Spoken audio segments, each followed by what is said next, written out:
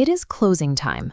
The chairs are stacked, the espresso machine is powered down, and the owner is left facing a question that will define their bottom line. How many cups of coffee should they prepare for tomorrow?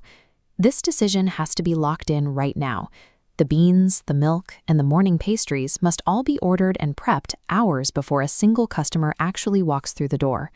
Without a structured system, the owner has to rely entirely on gut feeling.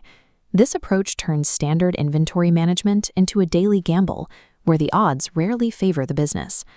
Suppose the owner decides to play it safe. They guess low, preparing a minimal batch of coffee to ensure nothing is left over at the end of the shift. When the morning rush hits and customer demand surges past that meager supply, the barista has to apologize to a long, frustrated line while scrambling to brew more. This creates two distinct problems. There is the immediate loss of revenue from every customer who walks out and the long-term erosion of trust.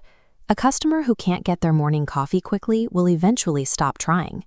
Consistently underpreparing creates a recurring revenue gap. It effectively places a ceiling on the shop's ability to grow by frustrating the very customers the business worked so hard to attract. To avoid those lost sales, the owner might swing the pendulum the other way. They guess high, over-preparing to ensure they never run out of stock.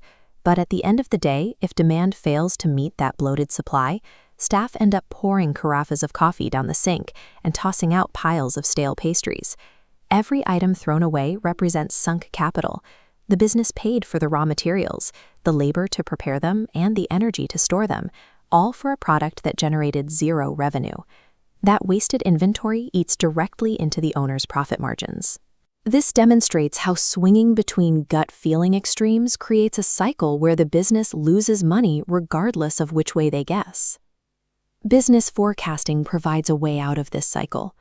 Rather than treating each day as a mystery, forecasting uses historical sales data to find the logic hidden within what looks like random customer behavior.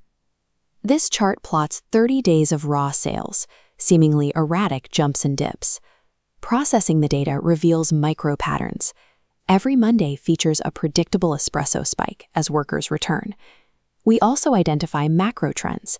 Despite daily fluctuations, overall cold brew demand climbs steadily month over month.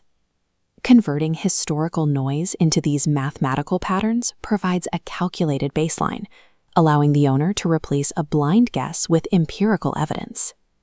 Using these identified patterns, the owner can calculate an estimate for tomorrow's demand that is grounded in past performance. When the morning rush begins, the shop's preparations are finally aligned with the likely reality of the day. The shop moves with a steadier rhythm. Because preparations were calibrated to the data, the barista can serve the morning line without the friction of a sudden stockout or the stress of overcrowded counters. This targets a more efficient balance, minimizing inventory that ends up in the bin while ensuring the business captures sales it might have otherwise missed.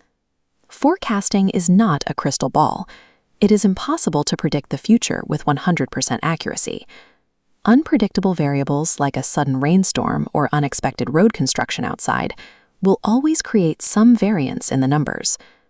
Business forecasting works by narrowing the margin of error. It allows managers to anticipate likely outcomes and make calculated decisions even when they cannot control every variable. By leveraging historical data, owners can mitigate risk and make better use of their resources, despite the inherent uncertainty of the market. Using historical data to inform current decisions provides a layer of protection against the high costs of guesswork. It is how successful businesses stay balanced in an unpredictable world.